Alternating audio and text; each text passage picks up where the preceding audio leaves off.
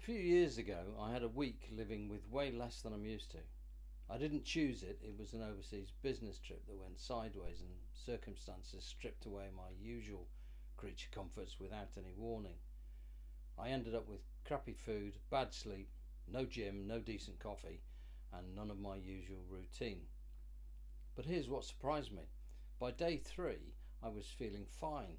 Better than fine, actually. My head felt clearer and quieter.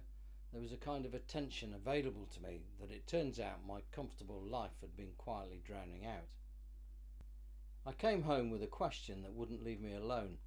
How much of what I'd been so carefully protecting was actually protecting me? And how much of it had just been a cushion that was softening not only the discomfort but my vitality too? Seneca asked the same question 2,000 years ago. He had an actual practice for answering that question, not waiting for circumstance to force it on him, but choosing it on purpose and on a schedule. And what he found, what this practice tends to produce for anyone who tries to use it, is both simpler and more radical than anyone would expect. So today we're going to explore voluntary discomfort, the Stoic habit of choosing on purpose and on repeat to live with less. Not as punishment, not as performance, but as proof that your inner freedom is real, rather than just the look of freedom you might get from never having been tested. Welcome back to the Stoic Mind Mechanic. My name's Tim Howell. We've been building out the Stoic Practices toolkit over the last few episodes, from the dichotomy of control, negative visualization, journaling, and onto the morning review. Today we get to the one tool I think is the most demanding and the most revealing of them all: voluntary discomfort. If the earlier practices were about changing how you think, this one's all about finding out who you really are. It's where philosophy stops being a nice idea and starts being a lived fact.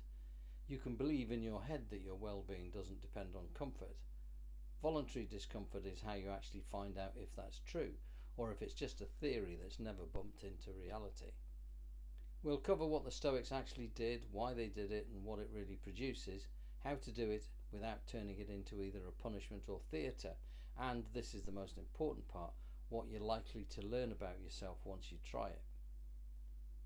The key ancient text here is Seneca's 18th letter to Lucilius. He's writing during Saturnalia, which is Rome's big festival of feasting and excess, when the whole social order gets turned briefly upside down. The whole city's in party mode, and Seneca's writing about why he uses the occasion to do the exact opposite.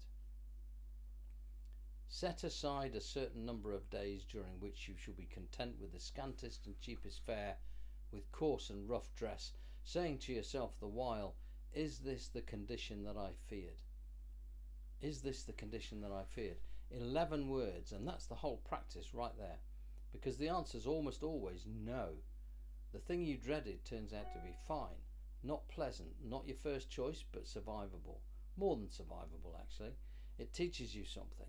Living simply on purpose doesn't just prove you can endure it. It changes how you relate to the thing you were afraid of losing in the first place. Seneca goes on, "It's precisely in times of immunity from care that the soul should toughen itself beforehand for occasions of greatest stress. And it's while fortune is kind that it should fortify itself against her violence. In days of peace the soldier performs manoeuvres, throws up earthworks with no enemy in sight, and wearies himself by gratuitous toil, in order that he may prove equal to unavoidable toil." The soldier comparison is exactly right. An army that only trains in comfortable conditions won't hold up when things actually go wrong. The training isn't really about the specific hardship, it's about building the underlying capacity to handle that hardship. The Stoics applied the same logic to their inner life. If you've never voluntarily put up with cold, hunger, or simplicity, you genuinely don't know how you'll react if those things show up uninvited. And here's the line I really want to walk away with. Do not, I beg, shrink from these things and run away from them as if they were hardships. No, go to meet them. The test of a courageous man is not that he faces obvious dangers with equanimity, for that is common to many, but that he faces poverty and illness and loss as if they were dangers and then discovers that they are not. discovers they are not. That's the whole payoff. The lived, felt, in your body discovery that the thing you were afraid of isn't actually what you thought it was. You can't achieve this by thinking about it. You can't read about the feeling in a book. You only get there by actually being there and coming out of the other side intact. Voluntary discomfort serves three distinct purposes, and understanding all three matters because they shape slightly different versions of the practice. So the first is resilience. This is Seneca's soldier point. You're not practicing discomfort because you expect disaster. You're practicing it so that when difficulty shows up uninvited, and it will, you meet it with a mind that's already got some mileage on that topic. Someone who's never deliberately skipped a meal experiences forced scarcity very differently than someone who's done it on purpose every week for a year. Same circumstance, totally different inner experience. So the second is gratitude. Restoring an appreciation for ordinary comforts that's gone numb from overuse. The same mechanism as the negative visualization we covered in a previous video, just more complete. You actually remove the comfort long enough that getting it back genuinely registers. The hot shower after the cold one, the decent meal after the plain one, the familiar warmth after you've deliberately stepped outside it. These aren't small pleasures. The practice reveals they were real goods all along. They'd just become invisible from being there all the time. Third, and possibly the deepest one, it's a test. A way of checking whether the inner freedom you think you have is real, or whether it's just the freedom of someone who's never been asked to prove it. The Stoics were adamant that real virtue, real inner freedom, can't depend on comfortable circumstances. Someone who's only patient when nothing's bothering them doesn't have patience, they have good luck. Someone who's only relaxed about money when they have plenty of it doesn't have freedom from money anxiety. They have a temporary reprieve that depends on things staying good. Practicing voluntary simplicity by deliberately and regularly choosing less isn't about becoming indifferent to comfort. It's about discovering your well-being has a foundation that doesn't actually need comfort to stand on. And once you've found that, your whole relationship with comfort changes. You get to actually enjoy that comfort instead of holding on to it anxiously like someone whose peace of mind depends on it never going away. So what does voluntary discomfort actually look like? Let me give you some practical examples so that this concept doesn't stay too abstract. Pick whatever you like from the list and remember the specifics matter less than the principle behind them. So let's try simple meals. A few days a month, eat plain, no variety, modest portions, nothing fussy or expensive. Seneca treats this as the basic version of the whole practice. It's not about nutrition, it's about finding out what enough actually feels like once you strip away everything that your comfortable life has piled on top of it. Or cold exposure, a cold shower in the morning, 2 to 5 minutes, not lukewarm. This isn't really about toughness, it's about the act of choosing the uncomfortable option when the comfortable option is right there. The moment of choosing the cold water over the hot water is the real philosophical exercise. How about voluntary fasting? Spend 1 day a month with significantly less food. Not a medical fast, and skip this one if you've got a condition that makes it unwise, but just a deliberate choice to cut down to the minimum. The early Stoics and Cynics fasted periodically too, not as a religious ritual, but as a way of practicing independence from appetite. What about voluntary poverty days? Seneca's full version modernised, a few days a month of deliberately simpler living, a harder bed, older, plainer clothes, skip the conveniences when you travel, take the cheap option even when you can afford the nice one, live for a predefined time as though your usual comforts weren't available. And bringing it to the modern age, what about technology fasting? This is a modern equivalent the Stoics would recognise instantly. A day or a weekend of deliberately staying off the apps and devices that you reach for automatically. Not because they're evil or bad, but because the strength of the habit is exactly what you're testing. If you genuinely can't put the phone down for a day without real distress, that tells you something worth knowing. or social comfort. Choosing in conversation to skip the easy options, say the honest thing instead of the comfortable thing. Sitting with silence instead of feeling the need to fill a silence. Staying with the awkwardness instead of trying to smooth it over with a performance. This is voluntary discomfort in social and psychological form, and it's probably the version most relevant to most people's actual day-to-day. I need to be clear here about 3 things that voluntary discomfort is not. It's worth being clear about this because people usually get this wrong in predictable ways. It's not about self-punishment. This isn't atonement. It's not proving toughness to yourself or anyone else, and it's not suffering for suffering's sake. If it feels like punishment, if it's coming from guilt or shame or some need to suffer to get the payoff, then that's not the Stoic practice. The real version comes from a place of strength, has a clear purpose and ends cleanly once that purpose is served. It's not asceticism. The Stoics weren't ascetics, in the same way the Cynics were. They didn't think comfort was corrupting or that the good life required permanently giving it up. For Stoics, comfort sits in the category of a preferred indifferent.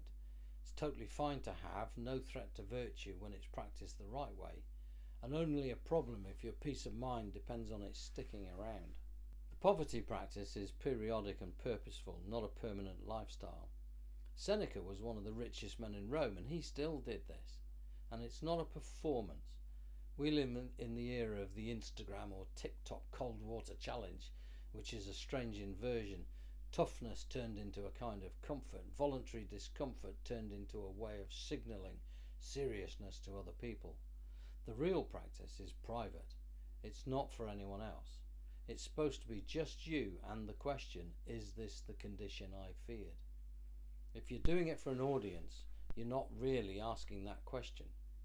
Epictetus is blunt about this when he says, if you want to practice endurance, do it for yourself, not so others may see it. Don't embrace statues, and if you're ever thirsty, take some cold water in your mouth, spit it all out and tell no one. I want to end on what this practice really gives you, because I think most explanations gloss over it, and it's the best part. It doesn't produce some form of gritted teeth endurance ability. It produces something more interesting, what the Stoics called apatheia, which is not the same thing as modern apathy. Apatheia means the absence of turbulent, involuntary passions, the fear that grabs you without warning, the craving that pulls without asking, the anxiety that just shows up and can't be reasoned with.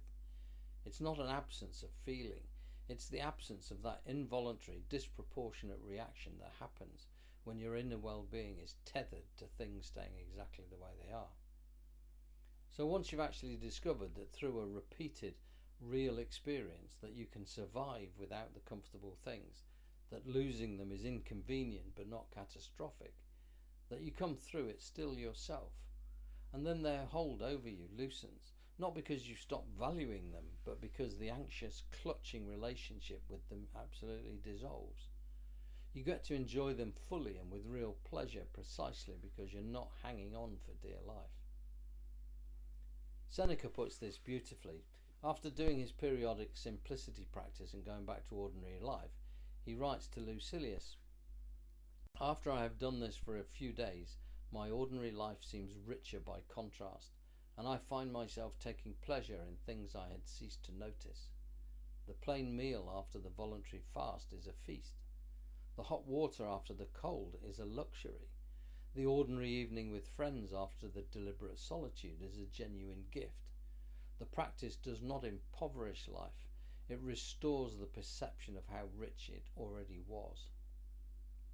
It restores the perception of how rich life already was. That's really the whole point of this.